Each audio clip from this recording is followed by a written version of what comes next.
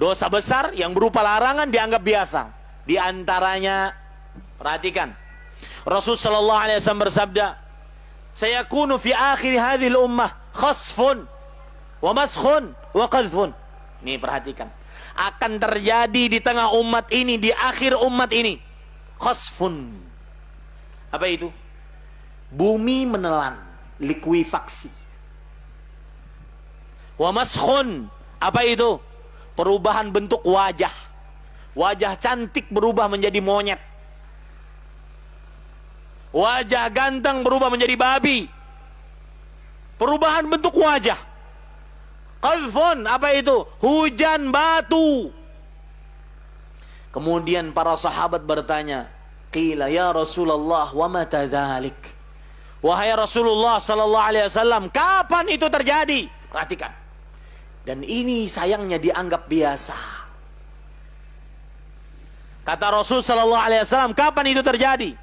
Idza dhaharatil qayyinat, jika telah nampak wanita-wanita berjoget sambil bernyanyi, goyang dua jari.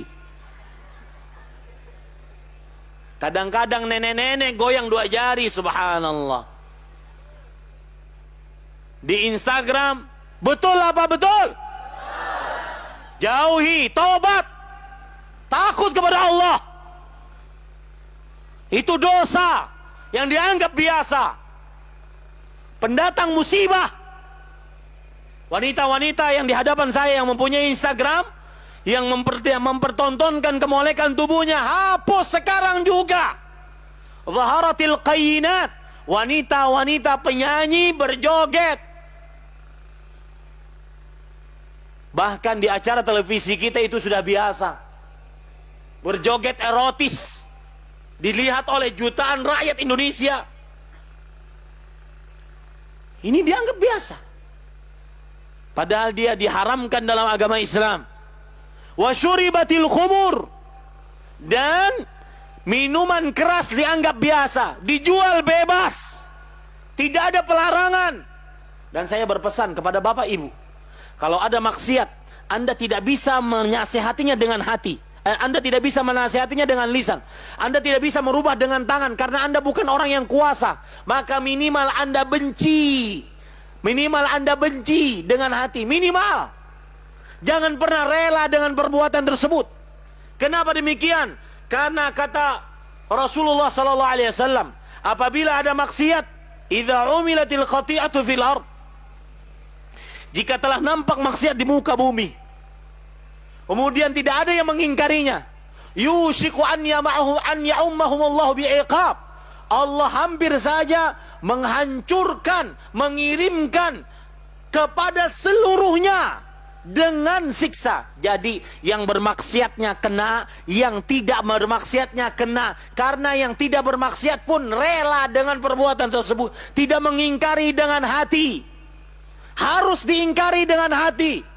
Kalau tidak bisa menasihati dengan lisan, kalau tidak bisa merubah dengan tangan, ingkari minimal dengan hati. Kebiasaan minuman keras, kebiasaan kalau lagi pelaminan diundang penyanyi-penyanyi berjoget, jauhi. Sadar, jauhi. Sudah ngundangnya itu pakai duit, mendatangkan musibah. Ini Bapak Ibu saudara-saudari. Wa dhaharatil fawahish, dan hatta yu'linu biha, apabila telah nampak perbuatan zina. Di zaman sekarang sudah nampak orang ciuman di tengah jalan biasa. Anak-anak SMP, SMA berpelukan laki-laki perempuan sudah biasa. Bahkan yang anehnya kadang-kadang, perhatikan, yang anehnya kadang-kadang di zaman sekarang, orang tua sedih apabila malam minggu anaknya tidak diapelin. Sedih dia. Sabar ya nak, insya Allah minggu depan ada yang ngapelin kamu nak. Tapi kalau sudah diapelin, dibawa anak perempuannya, lalu kemudian bunting, baru tahu rasa. Dan saya berpesan kepada wanita-wanita yang ada di depan saya, perhatikan baik-baik. Tidak ada sesuatu yang paling berharga, bagi wanita muslimah